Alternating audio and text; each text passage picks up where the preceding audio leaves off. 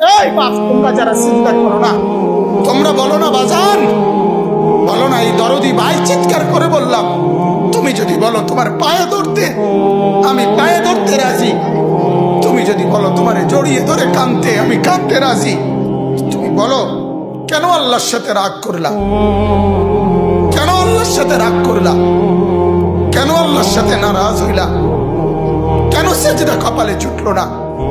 কেন মালিকের সাথে সারাদিনের এত কিছুর বিনিময়ে আল্লাহ তাআলা একটা মিস কল দিলে, 2 সেকেন্ডের একটা মিস কল দিলে বন্ধু তুমি টের পাও তোমার মোবাইলে মিস কল আসছে।